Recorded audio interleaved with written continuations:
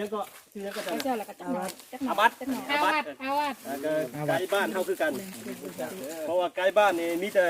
ผู้นี่เนี่ยได้ไปผ่านกันพึ่งพรมมาเรียบร้อยแล้วเจ้าบ่ได้ลงไปในช่วงนั้นเนาะบ่ได้ไปแต่ว่า แต่ เพ ว่าห ราะ ลาย ว่า คนนะ ไปในบ้านเฮานี่ก็เจ้าสิซับกันไปเพราะว่ากลุ่มน้ำเที่ยวมันสิมีอยู่ประมาณ10อะไรก่อน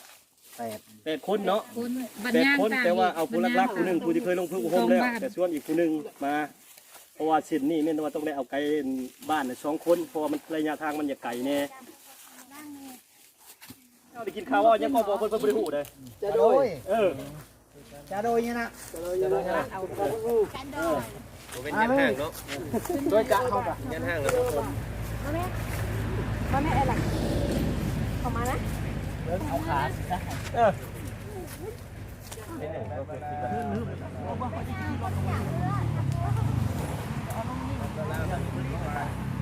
ดูอาใส่มือเอามันผิวหน้านี่ไม่ทาบอกได้แล้วได้ใส่ฟ้ามันได้ผิวเอาใส่ กดอยู่ โอเคไม่ได้เด้อเพิ่น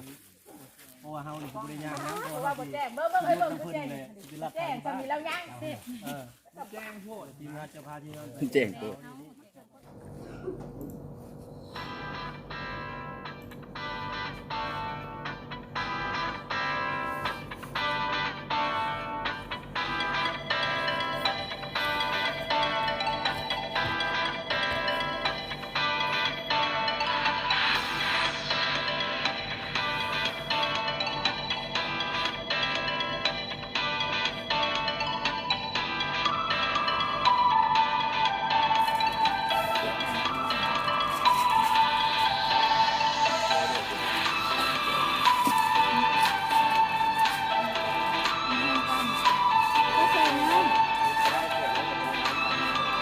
โอ้คุณวอยเก่งๆเลยที่เอามาตั้งที่บ้านเลย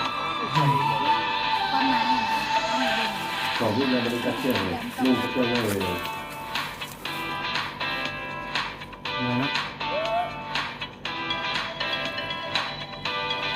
มีกระเทียมเก่งๆข้าวดีรวมได้เลย